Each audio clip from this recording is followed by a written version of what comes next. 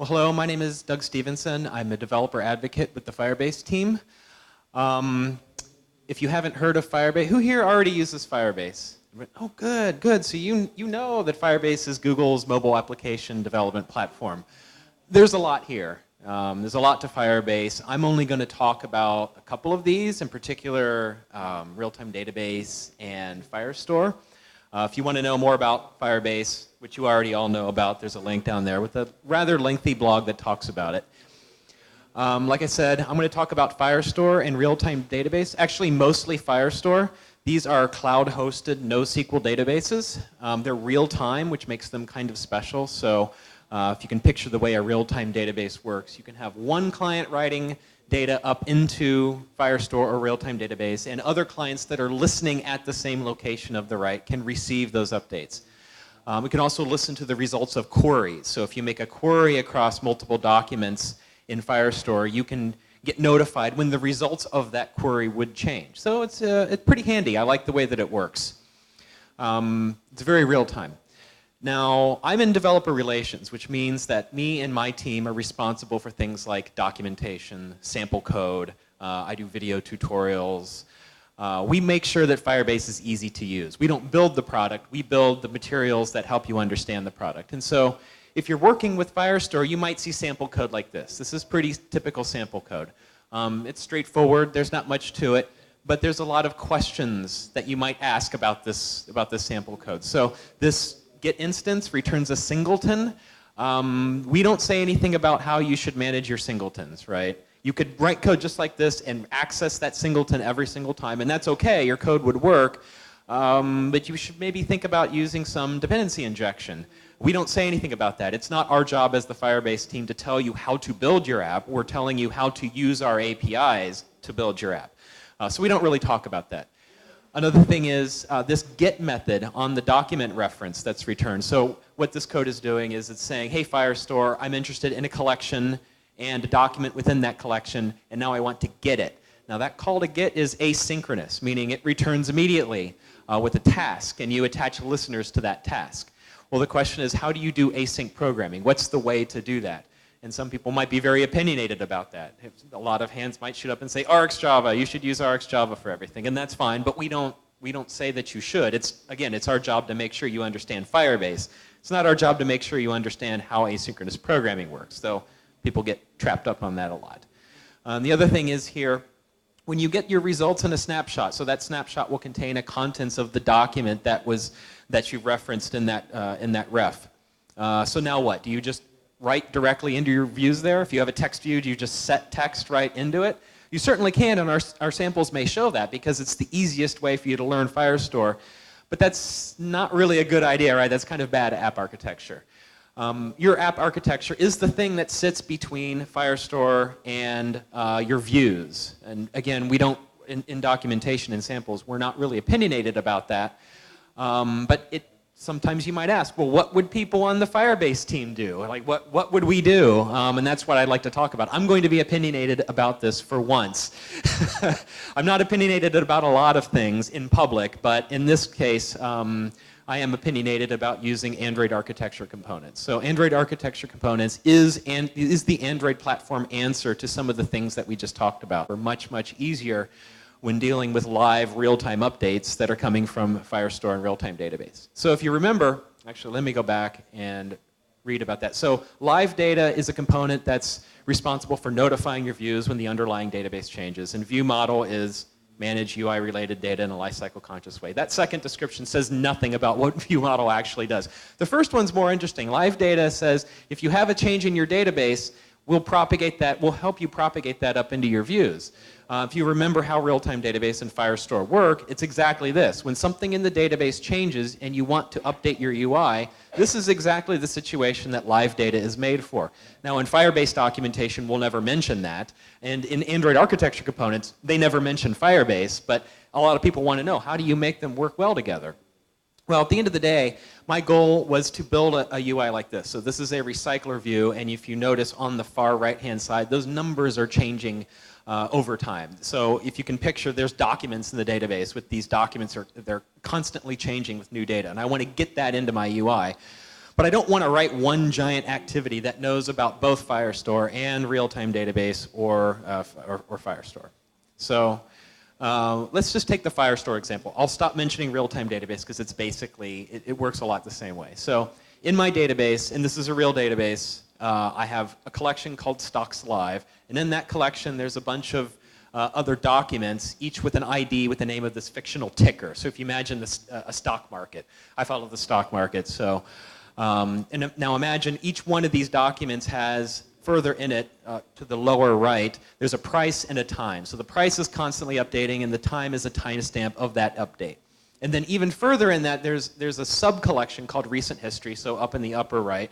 If you click on Recent History, then there's even more documents that are identified by a timestamp, just a Unix milliseconds. And within there's a price and a time, a historical price and a time. So this is what my database looks like. And these historical documents are not changing, but there's constantly new documents being added as history goes on. But the other documents, the one that on the prior slide, these ones are always updating, so constantly with each tick. Okay, let's move forward.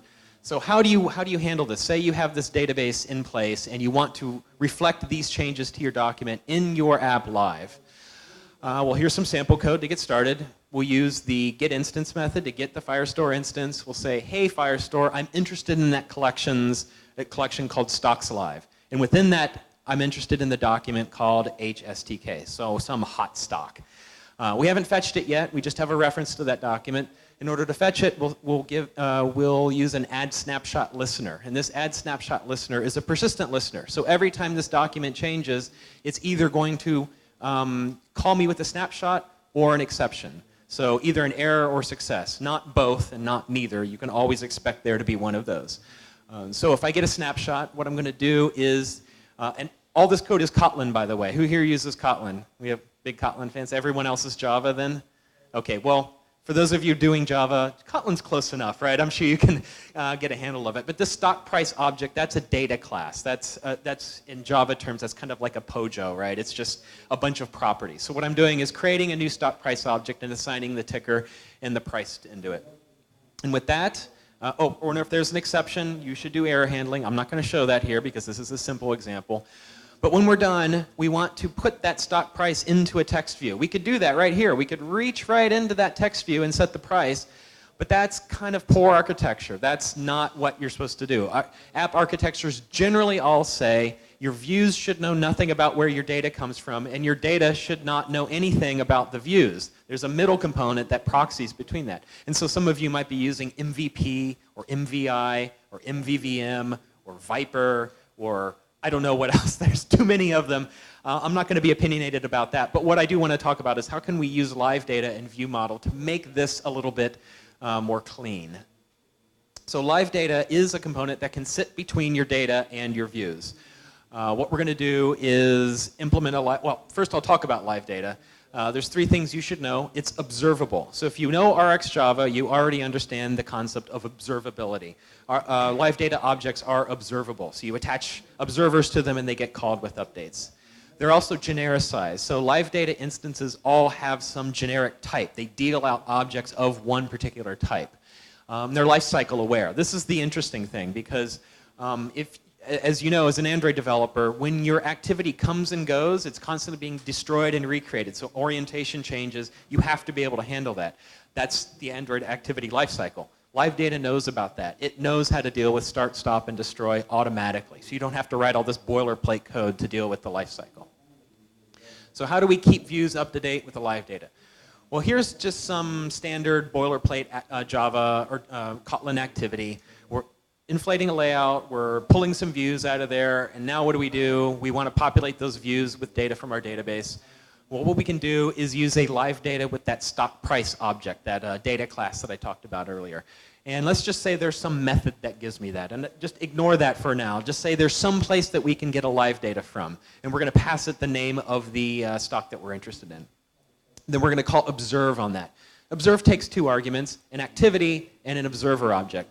Now you might be wondering, why would you ever pass an activity to anything? Everyone knows you can't leak activity objects. You should never pass them to anything. But live data is special. Live data needs that activity object because it's going to effectively observe that activity for its lifecycle changes. And I'll talk about how that works later. The observer gets called with the stock price object, and what you can do in there is when you have that stock price object, you can populate your views. So now what we're doing is we're dealing with the text views immediately within the activity, which is okay, right? And you can think of an activity as an entry point into your application and a host for views. So an activity is kind of a view itself. This is okay. So Android is aware of the activity lifecycle. So if your activity goes through onStop, the live data that you created earlier becomes inactive. Now, this is kind of a big deal because when your activity is stopped, the user isn't looking at it anymore. So why keep updating a UI that's not visible? So it's good that live data stops dealing out new instances of these stock price objects. And then if your activity becomes started again, the live data will start emitting events again. So it's automatically managing on start and on stop. You don't have to write any additional code for this. You write nothing to deal with live data with respect to lifecycle. And then if the activity is destroyed and it's gone away for good, live data removes all of those activity scoped observers. So all those observers we added before, no matter how many there are, they all get removed because we know the user's not coming back to that activity and we can stop observing the live data. Okay, so let's implement a stock price live data. What if we wanted to implement this live data that proxies data between Firestore and some observer? Well, the first thing we have to do is subclass live data. We have to give it the generic price of stock price. And what we'll do is pass as a constructor to this class, as a parameter in the constructor, a document reference. And this document reference identifies the document that the stock price document that we're interested in. So what we'll do is override. There's two methods to override. The first is onActive. So onActive gets called by the live data infrastructure when the number of observers goes from 0 to 1. So the moment there is an observer already attached to this live data, that means this live data says, all right, someone cares about my data. Now I'm going to do my work. Now I'll start listening to that document that's interesting to me because I know there's someone on the other end who wants to receive it. The other method you override is onInactive. So onInactive triggers when the number of observers goes from 1 to 0, meaning no one is interested in this data anymore. When no one is interested, we can take that listener and remove it. So this is just Firestore syntax. So what add snapshot listener does is it returns an object that you can then call remove on it to remove the listener on that object. So this is pretty boilerplate, but once you do this once for a stock price live data, you don't ever have to do it again. The other thing that we need is some sort of listener. So I didn't give the implementation to the add snapshot listener. We need some listener there. What we'll do here is make this class be its own event listener. So it will implement the event listener interface. And that onEvent method that you have to implement will give either a document snapshot or an exception like you saw before. So if we want to implement that onEvent method, what we'll do is check to see if we get a snapshot and it exists. Then we'll create our stock price object like we did before. And then call setValue. And this setValue method on live data is very special. What this does is it triggers all the observers saying, all you observers who are interested in this data, here you go, here's the next one. And so they all get invoked. So that's important to know. Of course, if there's an error, you should handle it. I'm being a little bit hand-wavy about error handling right now, but you should think about that. So this is kind of what a live data looks like. Now, there's two problems with this live data. It works okay, but there's two problems to resolve. The first is who creates this? Who's responsible for this? If you remember, in the constructor for this, you need a document reference, which is a Firestore implementation detail. You can't put that in an activity because your activity, which is a view, now knows about your data source, and that's bad. We can't really handle that. Views should know nothing about the data store. So whoever is responsible for creating this live data instance needs to know about Firestore, and that can't be the activity. So we need another sort of layer of protection. The other thing that's a problem is live data loses its storage or loses its data on a configuration change. So what happens is if I have an activity, it goes through an orientation change or a configuration change, all those live data go away. They're lifecycle aware, but all that data is lost. If that came from an expensive query, then I've lost the results of that expensive query. And when the next activity comes back, you will have to do the query again, which is maybe expensive. It might come from cache, but it still might be expensive. We'd rather not do that. I would like to retain the results of that query between all of my activity instances. I don't want to do that query again. I want to keep the results from last time. So that's where ViewModel comes in. ViewModel is another Android application or Android architecture component that survives configuration changes. This is the thing that this also knows about the life cycle of your activities. It's also shared and manages. So multiple activities and fragments could also be using the same view model. And it's also lifecycle aware. So on the one hand, it's retained between all the instances of your activity, but it knows when the activity is going away for sure. If it's going away and it's never coming back, view model knows and it will properly let itself get garbage collected. So let's say we have an app like this. So here's that app with the Recyclerview where there's all these live data objects all populating the view. Now, if there's an orientation change and we want to go into landscape, the original version of the activity goes away. We have a new one, a whole new instance in landscape. What ViewModel will do is say, hey, that live data that was feeding all of these views, now it goes over here. It's the exact same instance of a live data. It doesn't have to create a new one. ViewModel was smart enough to do this. All you have to do is write a little bit of code to make it smart. So to implement a view model, all we have to do is subclass view model. All view models will subclass view model. And then you can define your own API in here. There's nothing to override. All you have to do is say, here I want to define a method that says, get me the live data for a ticker that I choose. So we'll return an instance of that stock price live data that we saw before. Now, I don't want, in my app, I wanted the data to be served by either Realtime Database or Firestore. I don't want to be locked into one. So what I do in that case is create a repository. Repository is sort of an abstraction around your database layer. So I'll create also a stock data repository interface that abstracts away the actual details of Firestore Realtime Database. And then what I'll do is I'll get the live data from the repository and return it. Now there's something I'm not showing here, in that in this case I have multiple stocks all being tracked by the same view model. Imagine, if you will, there's a little bit of code in here that takes that live data and caches it in a hash map keyed by the ticker. So you have a hash map of string to stock price live data. That's boring code. I won't show it here, but it's a good idea. By the way, there's a repository at the end of this that you can look at, you can clone, you can play with on your own, and you can see more of how I actually chose to do this. Okay, so that repository object, we need an implementation for it. I want to implement it for Firestore. So what I'm going to do is override that one interface method.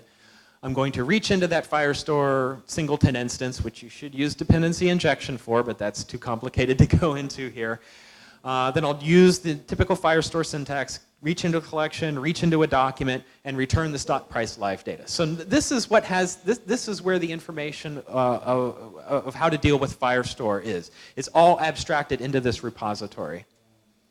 Okay, so we have 4 components working together. We have live data for observability, for propagating all the changes to our documents to the UI later. We have view model, which retains the instances of live data between activity configuration changes, so we don't have to re-query the database all the time. We have a repository, which knows how to deal with the data, no matter where it lives. It could be Firestore, Realtime Database, SQLite, some other real-time database. Who knows? Who cares? It's being abstracted away. And then there's Firebase, which is actually hosting the data, the cloud-based NoSQL database. Okay, so what we did here, the code I just showed you in brief, implements this diagram. Now this diagram comes straight out of the Android architecture components documentation. So this kind of describes what we've done, except we're not using room to do local persistence. So in the architecture documents they say, well, you should use room as a local cache or local repository for your queries so you don't have to do them again. Well, it turns out Realtime Database and Firestore already do their own caching. They have their own disk persistence layer. So we don't really need it. We don't need room in this case. And the remote data source is not a web service, it's actually just Firebase. So this is actually what we implemented. And this is good. This is recommended by the Android team. So how do we use all these components together? We have a view model and we have a live data. They need to work in tandem. So what we can do is, imagine we have 2 text views that we've already pulled out. We've inflated our views, we've pulled out instances of these text views. Now we want to populate them with the results of some updating ticker. So what we do is we need a view model. We need to get a hold of one of these things. Now this line of code, there's a lot of magic hidden behind this. We say there's a static method of on a class called view model providers. So you say view model providers of this activity. We're passing an activity instance, and we're saying, I want a ViewStocks model somewhere. I want one. You tell me where it is. I don't know where it is. This is magical right here. You're passing an instance of this activity, and the implementation knows how to find that stocks view model class. For those of you who don't do Kotlin, that stocks view model : class.java, that's just the same as Java saying stocks view model .class. It's the class object. And it will figure out how to instantiate one. It'll figure out how to new it up if it needs to be newed up, or it will find an old one that came from an old version of our activity. Then with that view model, we'll call the getStockPrice live data method with the ticker that we're interested in. Now we have a live data, and now we're going to set up our observer on it. Again, we'll pass the activity instance to it, and we'll give a listener or an observer on it.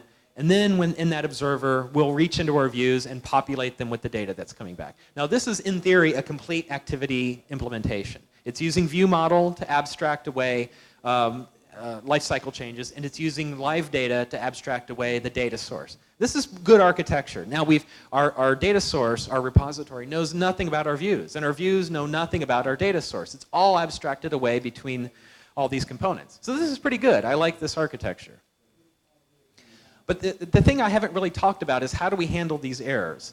I've only ever given a little to-do, and to-do in Kotlin will crash your app, right? So if there ever was an exception thrown, so maybe Firestore has a problem, or you've used the APIs incorrectly. How do you do that? We need to bubble those up into the UI somehow. We can't just let the app crash. We need to show an error to the user if there's an error. So if we want to deal with errors, you can't use a live data with stock price anymore. Remember, live data only knows how to deal with how to propagate stock price objects. Well, where's the error go? Well, the error doesn't fit in here, so that's kind of a problem. We need to bubble up the errors to the UI. So what I did is I created another abstraction called data or exception. This is the data class. Again, in regular Java, it would just be a POJO with two properties, an exception or the data type. And it's genericized by the data type and some subclass of an exception. Now this is handy. What we can do is put this in the generic for the live data. Now the live data knows how to distribute. Now the live data knows how to distribute either a stock price or an exception. So the observer, when it gets one of these objects, it has to say, well, is it a stock price or is it an exception? Is it a stock price or is it an exception, and update the UI accordingly. Okay, so changing gears for a moment, I've only shown how to deal with a single document, which is almost never really what you want with a database. With a database, you really want a query, right? You want multiple documents. You want to search and scan and filter. So how do we do that with live data and view model? Well, again, remember how Firestore works. When the results of a query changes, you can get notified of those changes, so your UI can update. So what we want is to use live data to monitor the results of a query. So if you don't know Firestore, who here actually worked with Firestore before? Oh, a couple people. So yeah, you'll probably recognize this. For the rest of you who haven't seen it yet, I'll give a quick walkthrough. We're going to use the Firestore instance. We're going to reach into a collection like we did before, and then we can use a where clause on it. So we can say, I want all of the documents in this collection where the price is greater than 100. So that's pretty straightforward. And then I can order by the price. So I can do multiple where clauses, and I can do an ordering. Here I want everything descending, so I get the most expensive stock down to the least expensive. Then I can take that query object and call get on it, just like the document reference before. What this get will do is return all of the results from this query just once, which is fine if you just want one set of results, but I want live results. I want my results to come in over time. If this query changes, I want to know. So instead of using get, which requires you to set up a listener, I'm going to use add snapshot listener on it. And that add snapshot listener gets dealt, or you pass it an object that gets called repeatedly as the results change. So what you can do here is you implement an event listener that takes a query snapshot. So that query snapshot describes the results of the entire query. Now, if you want to know just what changed in that query, there's a property called document changes on that query snapshot. So you can iterate all of those and find out just what changed, which is great, but it's not exactly what we want. What we actually want is the entire set of results. So live data of document changes is not going to work. Live data doesn't stream deltas. Live data propagates entire state. So this is not going to work. What we actually want is a live data with a list of document changes. Well, that's actually not going to work either. what we want is a list of entire stock prices. We need to get the entire list of all the results every time and propagate that to the client. So sometimes this generic here, this live data generic, is called a resource. You're monitoring the state of this resource. And the resource here is the entire set of results, all of the stock prices that satisfy the query. So stock price isn't going to work, so we have to use data or exception. So now we've got a few more generics. We have a live data, which deals out data or exception objects, which can contain a list of stock prices or an exception. So our generics are getting kind of hairy here. But actually, we need to go a little bit further, and I'm going to introduce even one more abstraction called query item, and I'll tell you why that matters later.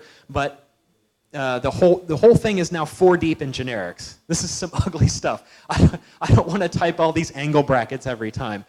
Fortunately, for those of you who use Kotlin, you can bail yourself out of this by using type aliases. So with type aliases, I can set up something that says, I want an object that is query result or an exception, and I'll genericize it by my query result type and my exception type.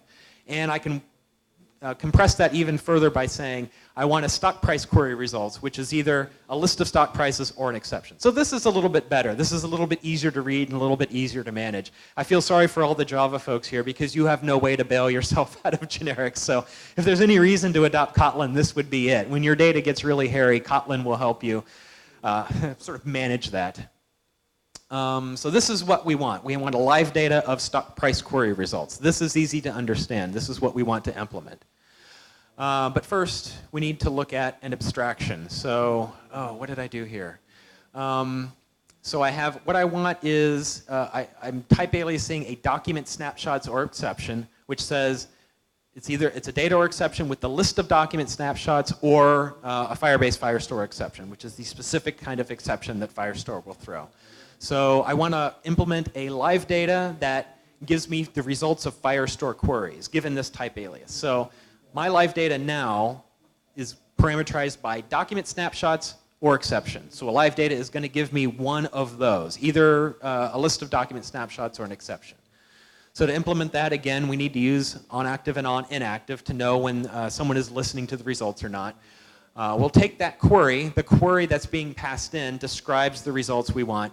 Then when there's a listener we want, or when there's an observer attached to this live data, we'll set up a listener on it. And again, we'll remove it when we're on inactive. So this looks just like the live data on the document, except now we're dealing with a query. And again, we need to provide an implementation of onEvent. So when another set of query results come in, how do we deal with it? Well, we'll just pull the entire set of documents out of the query snapshot. So we'll just say, give me all the documents, give them to me as a list, and I'll call post value, which is just like set value. I showed you set value before to notify observers. This is post value. That's actually asynchronous. If you have some expensive work, you'd want to do that in post value. I don't know why I'm showing it here, but if you look at the code, you'll see why I'm doing this. Okay, so we have now a class that can deal with the results of Firestore queries and distribute them to observers. But we don't want Firestore documents as our result. We want stock prices. We want that data class. I don't want to reach into the document and try to figure objects themselves. So I just need a little converter for this. I won't show you the code for this because it's boring boilerplate code. When you write it once, you're done. But the point is, we need to transform a live data of document snapshots into a live data of stock price query results. And all we're doing is converting that document snapshot into a stock price object. You've seen the code before. You can look at my code if you want to see it. That's all there is to say. You can do it with a transform. So the Android architecture components provides a transform that lets you convert one type of thing into another, or you can use a mediator live data if your transformations are expensive and you need to do it in a background thread. Next slide. Okay, here we go. So say we have a Recyclerview and we want to populate it with the results of one of our queries. So this is a very, very common thing to do. You want a scrolling list and you want it to be populated in real time, live, with the results of a Firestore query. So what we'll do here is when we get a hold of this live data with stock price query results, we'll observe it. And then we'll update the Recyclerview adapter. So everyone here knows Recyclerview, right? Everyone. Raise your hand. If you don't know Recyclerview, okay, good. I don't want to show you the code because it's pretty boring stuff. But if you work with Recyclerview, you know that there's an adapter. And the adapter is the thing that's responsible for taking the raw data and converting that into views. So what we want to do is update the Recyclerview Adapter by notifying when the data changes. But if you do it this way, and this is the first way I tried to implement this, it's janky. If you have a big set of results and you notify that adapter every time all of the results change, you're going to cause too many refreshes. You're going to be refreshing maybe the entire screen at every update. That's terrible. You don't want to do that. Recyclerview actually has an extension to help deal with this. It's called List Adapter. And I discovered this for the first time when I was working on this project last year. I'm like, wow, List Adapter just solved all my problems. It's not the List Adapter that comes with the original, what was the old one? Not ListView, yeah. So ListView also had a List Adapter. This is a different thing. This is an extension for Recyclerview. It works like magic. What it does is all you have to do is say, submit list on that adapter with your list. You just pass it your list. And here's the magic. Here's what it does. It figures out exactly what items in your Recyclerview actually changed. It has a sort of sophisticated diffing algorithm in it. So what it will do is it will take one entire list, compare it with the last list that you passed to it, and figure out the granular methods to call on the Recyclerview to notify if any one of those views change. So only thing that will refresh in your Recyclerview is the items that actually change. This is pretty cool. There's one catch with this though. In order to use a list adapter, you need to subclass one base class. And that's an item callback. All you have to do is provide an item callback and it's able to do its work. So what we want to do here is implement. There's 3 methods to implement. 2 are required, 1 is optional. The one required method is are items the same? And it's going to pass it 2 items from the 2 different lists. And you tell it, are these items the same? Do they represent the same item behind the scenes? The other thing you have to implement is are contents the same? So again, given 2 objects, you have to tell it, are they a deep copy clone of each other? Do they contain the same data? If the items are the same and they contain the same data, the diffing algorithm says, look, I'm not going to do an update. I already know everything's the same. I'm not going to touch that view. Everything is up to date. You can go even further. You can compare field by field which ones have changed. This is optional. This is kind of overkill in my case. I didn't have enough of a reason to compare all the individual items or fields within the items, so I just returned. The default is return null. Oh, by the way, now you're looking at Java. I pulled this directly out of the support library, so this is not Kotlin, but I'm sure you can all read it. Okay. Now this is where that query item abstraction comes in. If you remember, when the generics got really hairy and I added a query item to it, the reason was because of this diffing algorithm. Query item is just an interface that says there's an item in here of some generic type and an ID, and that ID is a string. So what I need to do is make sure all of my objects implement this query item. Or actually, sorry, all of my queries have to deal query item results. So the way I can use that item callback from before with this query item is, if I want to know if the items are the same, all I have to do is compare their IDs. That's it. The ID is the thing that tells you if these 2 objects are the same. In Firestore's case, it's just the ID of the document. All the IDs of all the documents in a collection are going to be unique all the time. So all I have to do is compare the strings. And for those of you who don't know Kotlin, this is a dot equals compare. This is not a reference compare. So Kotlin gives you the ability to do the equals that you actually probably meant when you said double equals. The other method we're going to give it is are contents the same? Now I'm going to use double equals again to compare the item. Now in Java, this would normally be a problem. You don't do object comparisons like this, right? And everyone knows why. It's because this is, again, referential equality. This isn't a sort of a deep comparison equality. But the good news is, if you use Kotlin data classes here, you get double equals for free. If it's a data class, Kotlin knows how to deeply compare 2 items. So again, the code for this, you write this once for everything that is a query item. So if you have this query item abstraction and you're using Kotlin data classes, you use this once and now you can use a list adapter across your app. And it's just a good idea. Data classes are a really good idea. It saves you so much boilerplate code. Okay, so what we can implement now is, this is an actual shot from my app. This is the historical view of all the tickers. So if you remember before, there's that sub-collection that contained all the history. What this is doing is showing you a live update of all of the stocks all the stock ticks that are coming in. You can see there's a time and a price associated with each one of them. This is really easy to implement with all the components I showed you so far. But if the user is expected to click any one of these, that's kind of a problem because now you have a moving target. I'll be opinionated and say, do you really need a live list like this? Do you really, really need one? Again, being totally opinionated, fun to watch, really engaging, but bad to interact with. Because if you have to click on something that's moving and you don't know when it's going to move, you're probably going to click something that you didn't intend to. So think about that. It's probably not so bad if you have an append-only set of results. So if your Recyclerview just extends down over time and all you have to do is scroll up to find the next one, it's probably okay. So now you have this sort of like auto-refreshing Recyclerview, which is cool.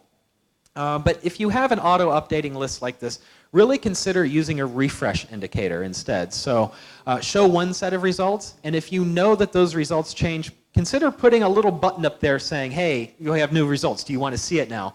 Just so that the results aren't constantly changing from underneath the user. That can be a disrupting experience. So having a refresh indicator is probably the best way to go about it.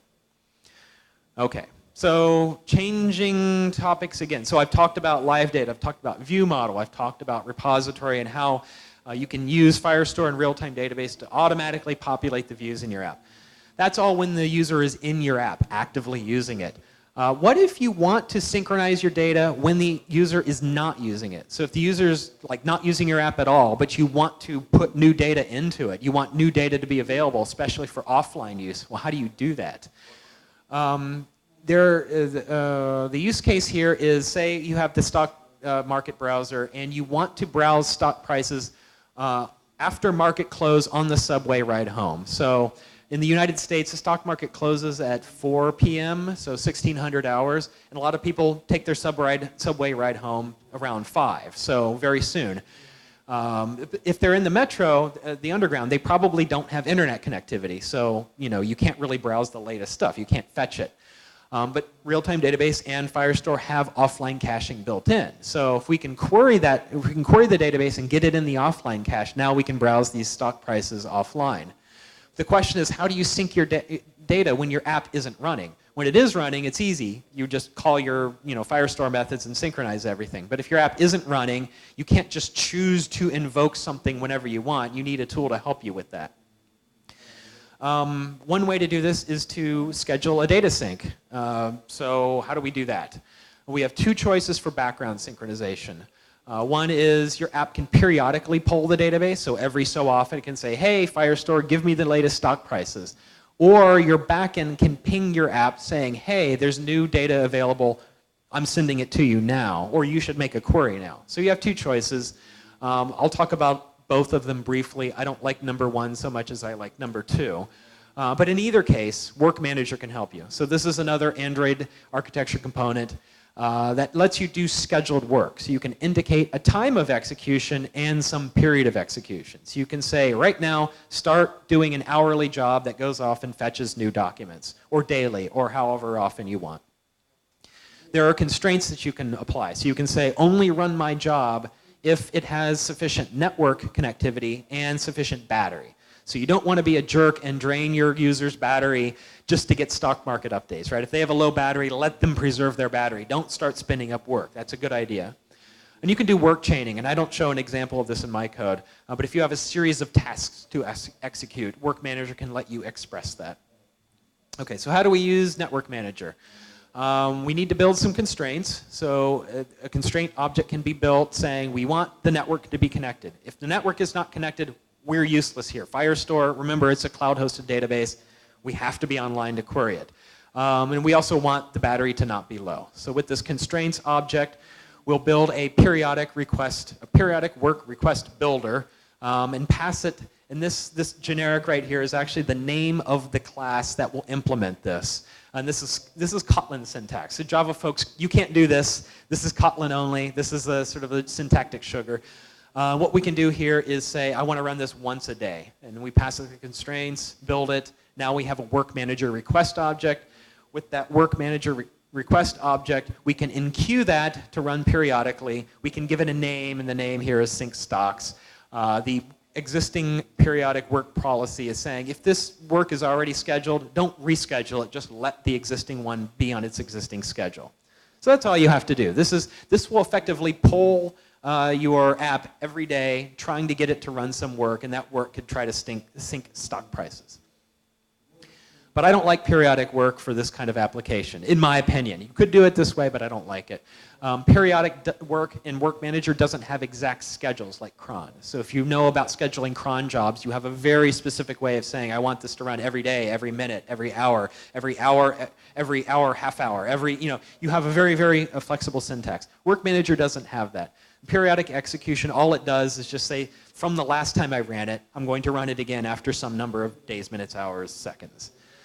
What you could do is if you want your data to always be fresh, you can have a very, very aggressive refresh schedule. So you could say, let's refresh the stocks every half an hour. But that's going to kill maybe your data's user, your user's data plan, right? Why synchronize stock prices if they're not looking at it, if you don't know they're going to use it? So I wouldn't do that. You could replace this with periodic, we could replace periodic work with delayed work. So you can say delay this for a day, but then you have to figure out how to reschedule it again later at the time that you want. Work Manager just doesn't do this very well. The other problem is the clients need to know when the stock market is closed. So if you only want to do a sync when the stock market is closed, the client app has to know when the stock market closes on a given day. Like I said, in New York, in the United States, it's 4 p.m. On the West Coast where I live, in San Francisco, it's actually like 1 p.m. Because of the time difference. On some days, the market might close early. And there's another problem. There's after-hours trading. So when the stock market closes, stock prices aren't halted. They can actually fluctuate a little bit more. If you want the final price with the after-hours trading, you don't know how long that's gone on, actually. So I don't like this. I don't like periodic sync because it just misses some of the nuances of the stock market. What I'd rather do is have the server push updates to the client when it's done. So the server should know when the final trade comes in and then say, hey client, that stock you're interested in, go fetch it now, it's ready. The server knows when trading stops. The app doesn't have to schedule anything at all. It's just responding to push notifications. So you can use Firebase Cloud Messaging for that. So Firebase Cloud Messaging is Google's push notification infrastructure. You can send little payloads of data to your app. I think they can be 4K long. So what you can do is ping your app with this data payload, and that data payload can say, have a list of stocks that are known to be ready to synchronize. And then when the app receives that notification, it can then schedule a sync with Work Manager. So the way that push notifications work is that you have to deal with that push notification ASAP. You can't wait on it. You can't do blocking work. You have to deal with it. So the best thing to do, in my opinion, is to turn around with that notification and schedule something with Work Manager to run right away. So this is kind of the way it looks. If Firebase is on your back end and you have apps and it's two instances of your app are interested in different tickers. So the first app is interested in tickers 1 and 2, and the second one is interested in 2 and 3. One possible solution for this is to use topic messaging. So you have one topic for each one of your tickers, and your backend will push to that topic when it receives the final price for that ticker for that day, and then that topic will distribute to all the client apps that are interested in. The only constraint here is that the client app has to register and say, I am interested in this topic, I'm subscribed to it. After that subscription, then they'll receive all these notifications. Okay, so how do we implement this? So with Firebase messaging, with Firebase Cloud Messaging, we're obliged to implement a service. So that Firebase messaging service is the base class for all of your Firebase Cloud Messaging code. What you have to do here is subclass and override on message received, and it will receive a remote message object, and that remote message object contains the payload that you sent to it. So in comments up here, imagine that the payload contains a data bit and there's a mapping of ticker to the name of the ticker that changed. So that becomes effectively the payload in remote message. So what we can do is reach into that message, look and see if there's a ticker property available. If there's nothing there, bail out. If there is something there, let's sync that ticker. And this is our opportunity to kick off work. This is our notification that says, now Work Manager, go synchronize that ticker. So in order to implement sync ticker, what we do is do our usual Work Manager stuff, come up with constraints. You have to have network, battery has to not be low. We're going to create a map of, so this is Kotlin syntax here. All we've done is create a hash map that has a string name and a string value.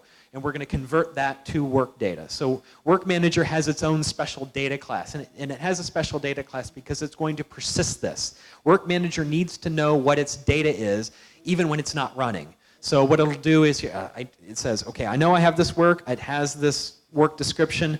If I can't run now, I'll save this to disk, and when I come back later, now I'll know what I was told to do. So you have to do this in order to work with Work Manager. So what we can do is say, hey, Work Manager, I want a one-time work request, and I'm going to give it the implementation of the class that's going to do this sync. We'll give it constraints, we'll give it the input data, and we'll build it. Then we'll kick it off. So we'll say, Work Manager, I want to begin some unique work. I'm going to give it a name that's unique to the ticker. I'm going to say, hey, actually, if this was already scheduled, replace it. Do mine. Don't do the one that's already scheduled. Do mine and do it now is what this is saying. You can enqueue that work.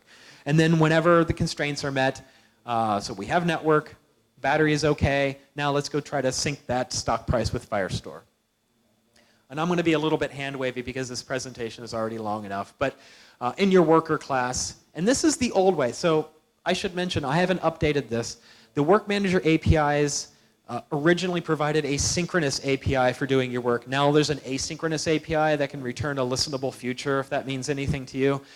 This is using the synchronous API. There's a bunch of junk in here that you have to do in order to make an asynchronous call synchronous. I don't advise it. This is what we had to do before there was an async API. I should update these slides that actually show you how to deal with the listenable future coming from Firestore. Anyway, that's kind of another talk for another day. At the end of the day, though, your work has to generate some code saying it was successful, the work is complete, or retry. I wasn't able to do this, and then Work Manager will go off and reschedule it for later. Or you can just say it straight out failed, and not only did it fail, I don't want you to try again. This is no longer good. So that's how Work Manager, that's how you indicate to Work Manager what should happen next. There's a lot more in the repo. I've talked about a little bit, just a little bit of what's in the repo right now. So if you go to this URL, you can see the project. In fact, there's also an app you can download. You can look at it right now. This has everything you need to know. It has implementations for Realtime Database and Firestore. So in fact, you can hot swap them. The app itself has a button that you can instantly switch between Firestore and Realtime Database implementations using dependency injection. And it does it with, I use Coin. Coin is a Kotlin dependency injection framework. It's actually service locator hidden behind Kotlin syntax, but it's really easy to use, especially if you're like me and you just want to get going quickly and not worry about Dagger. There's some laughs here. You should use Dagger. I mean, honestly, if you want robust site of dependency injection, use Dagger. But for everyone else, including me, for small projects, Coin is just fine. Anyway. It shows how to sync individual documents and nodes and also queries, so some of what I showed you today. It's a little more robust though.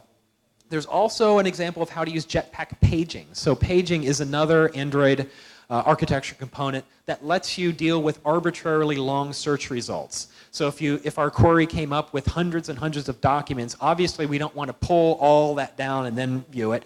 Maybe we can page them. And so Jetpack Paging provides a way for you to have a recycler view that as you scroll it, new results come in as the user scrolls down. You can, in theory, do infinite scrolling this way, which it gets asked a lot. A lot of people want to know how to do this, and Jetpack Paging makes it possible.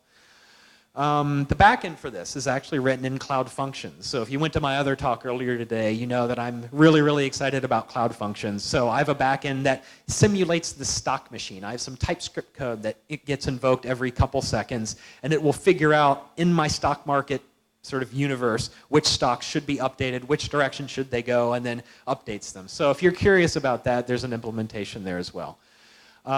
The ultimate goal for what I did here, and I've been delaying on this, is to abstract away some of these components and put them in an open source library called Firebase Ui. So for those of you who know Firebase and have built Firebase apps, maybe you know about Firebase Ui. It provides some tools to help make it easier for you to build your apps with Firebase. I would like to get a lot of the generic stuff here into Firebase Ui so you can use it instead of having to pull code out of my repo or make your own repo for it. So that's the ultimate goal. And stay tuned for more. So I do actively sort of maintain this. Right now I mostly do version bumps, but the idea is to keep, be serious about this sample app and make sure it stays up to date with all the latest stuff, except, like I said, Work Manager is not using the async API yet. Okay. That's all I have. Is there any questions? Yeah.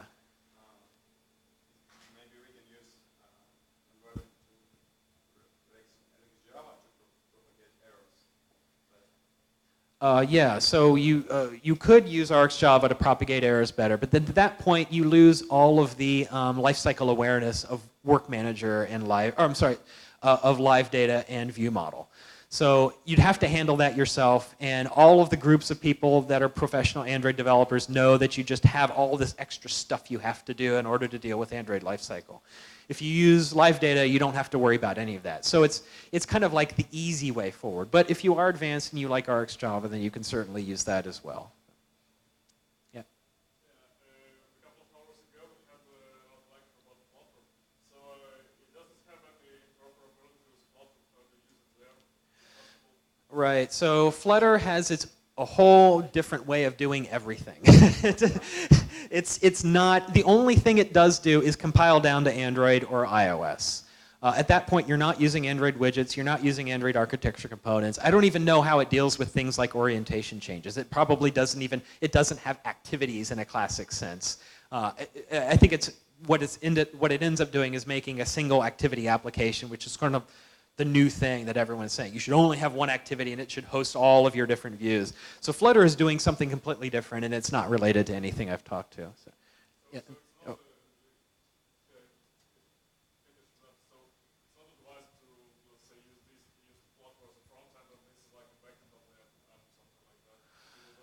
I've never heard of anyone doing that. I mean, you could try. I don't know how you interop between native, like Android, Kotlin and Java and Flutter. I'm sure there's a way to do it. You could try, but I don't know what the benefit would be of doing that. We can talk about that later. Okay, in the back there.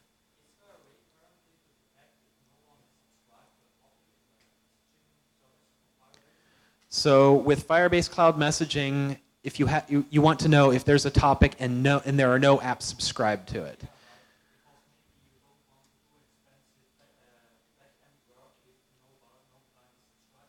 Mm-hmm. I don't think there's a way to know that. You would have to store that in a database that you control. So if clients that are subscribing also write something into a database saying that ticker is being subscribed to, and maybe they implement or increment a counter, then you could know.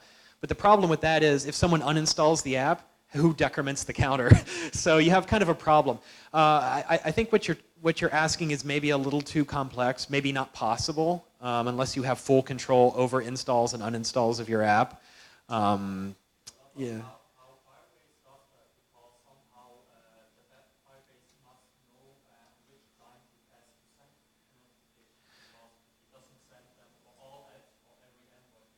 Yeah. Yeah, well, you could have a topic that every app that you control subscribes to. That's actually a thing that people do. If you just want to notify all your apps of anything that ever happened at any point, you can have this one universal topic and publish to that topic. The problem is, though, every client is going to have to receive updates for every ticker that ever changed, even if they don't care about it. So now you're using their bandwidth and their local disk storage for something they don't care about. So maybe there's a trade-off for how you could manage this. The other option is to have Firebase Cloud Messaging ping one particular app, like one device that runs your app, knowing that that user has interest in a certain set of stocks. So you could ping one for each stock that you know that user is interested in. That's a more complicated, that's an implementation detail that goes a little far deeper. Topic messaging is just the easiest way to think about it. But yeah, that would be the best way, is ping the device with the stocks that you know the end user is interested in. So, yeah, do you have another question?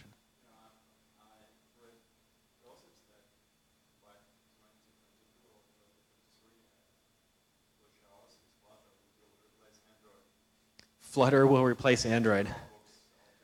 I don't know about that. Well, I know that the Android team is working on Android Q right now. So I don't know, beyond Android Q, I don't know. But it's public knowledge that Android Q is actually in development. I mean, some people are concerned about Fuchsia, because Fuchsia is sort of like the next gen OS. And some people are saying, well, now Android is going to get killed and everything is going to go to Fuchsia. And that's all, to me, that's all speculation and rumor. Some other people say that, there's all kinds of crazy rumors out there. I don't work closely enough with the Android team to know. And if I did know, I couldn't tell you because we don't talk about the future like this. I honestly don't know that there's a roadmap. And I've never heard of anyone on the Android team thinking oh, we're going to lose our jobs. But the future is very uncertain. Are there any other questions in general? right, cool. Well, thank you.